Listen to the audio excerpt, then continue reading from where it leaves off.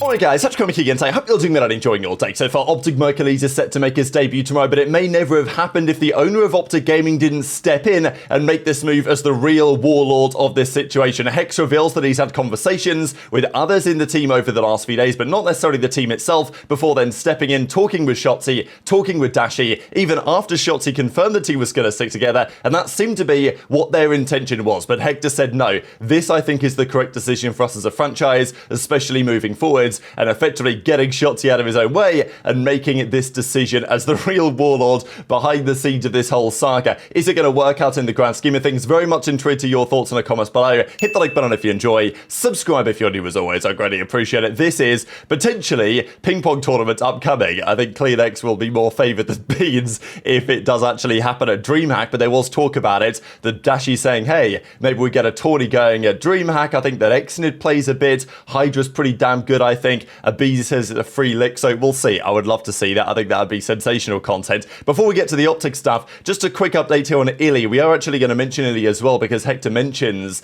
that at least before they got Skyz, Hex was considering Illy as a potential option, because of course they played together before. You know, you had to consider it as an option. Whether it was the right move, possibly not. And the thing with Illy right now is that we don't really know if he's going to keep on competing. So Fame reveals that Yuli's going to omit for Merc, because of course Merc's going to OpTic. Broluke running the AR. You've also got this Triax guy. Now he's that Argentinian player you guys might be aware of, who's been starting to make waves over the last couple of seasons. There's been some talents from that region who have kind of moved to the States to try and make it work as a COD player in the Challenger side, and he's continuing to kind of take steps forward towards better and better teams. So just a name to keep out for, but according to sources, Illy chalked it. I don't know what that even means, but my coach thinks it means he just quit COD. So, I mean, you know, Fame, if Illy's actually retired or something, then he's probably going to feel some type of way about Fame just kind of leaking it and saying, oh, well, Illy chalked it. And, you know, my coach thinks it means that he just quit. And Fame then says, comment on your recent and sudden retirement. And Illy hasn't said anything yet. So, I don't know. What do we think about this from the Illy perspective? Of course, he was Yoda King, then he was Illy again, then he's Illy COD. But, yeah, it's obviously been a tough season for Illy. If he does decide to call it a day, because he's obviously had a difficult year in challenges trying to make it back into the Pro League, and it doesn't really seem like for now that's going to necessarily work. The last couple of years have been very challenging for various reasons. The thumb injury, all the drama at Seattle at the start of last season.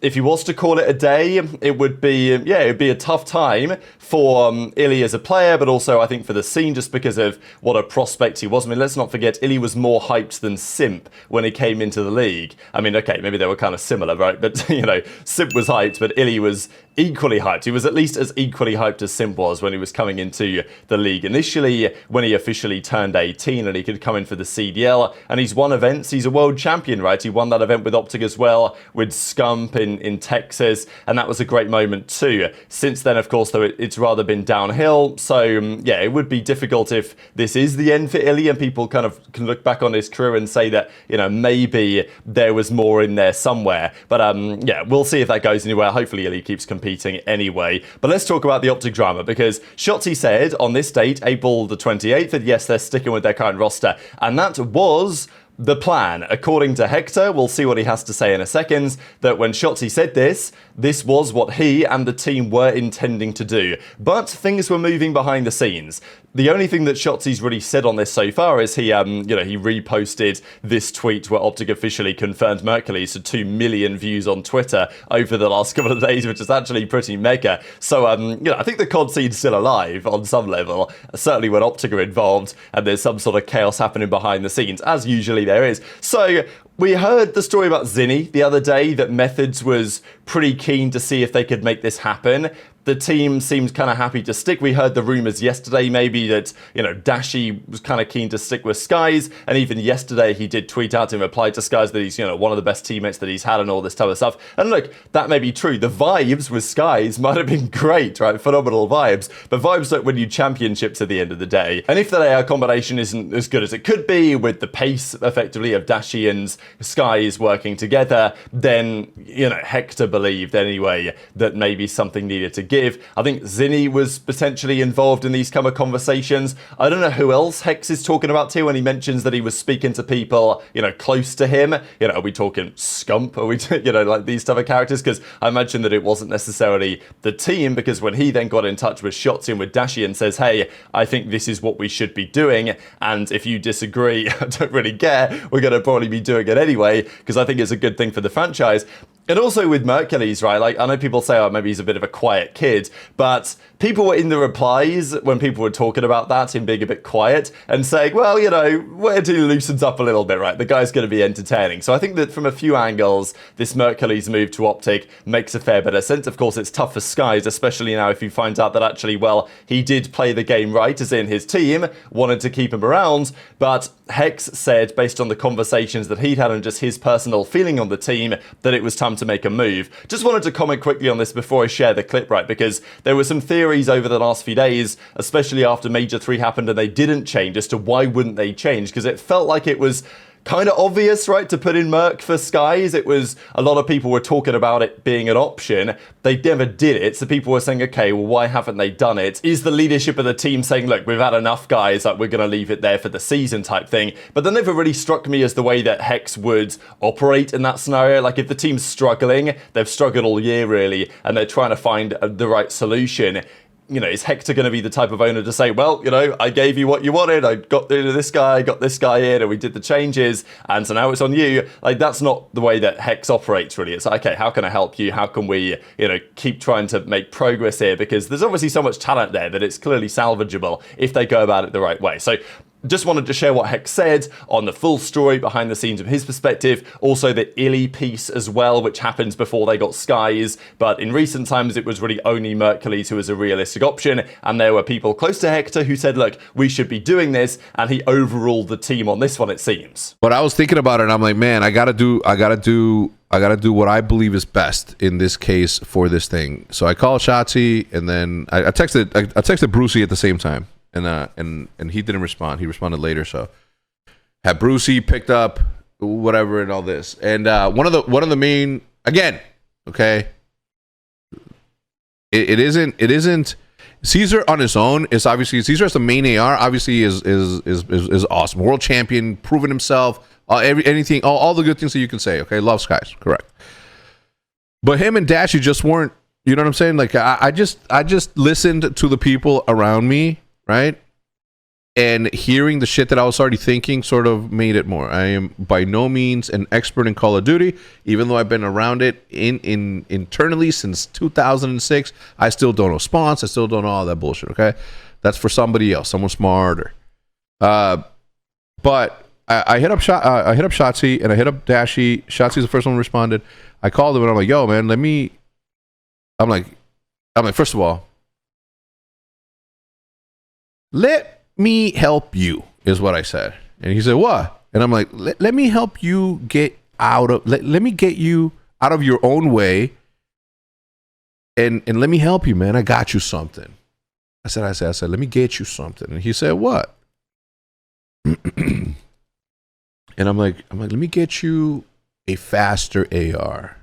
An up and coming, young, talented dude who you can sort of take, who you and Brucey can take under your wing and sort of like develop him, right? He's young enough to where he's good enough, and he obviously proved himself, and everybody saw what happened when he showed up at the last event. And I said, yo, let me get you something. I got you something nice for your birthday.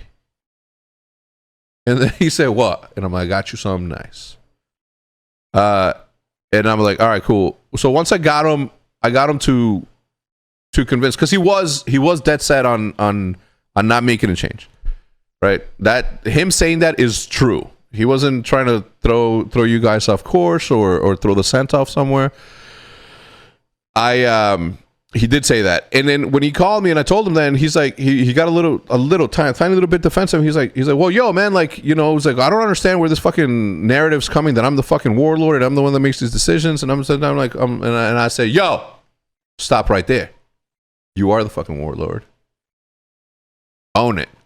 This time, though, it has to be a decision that I have to make for you.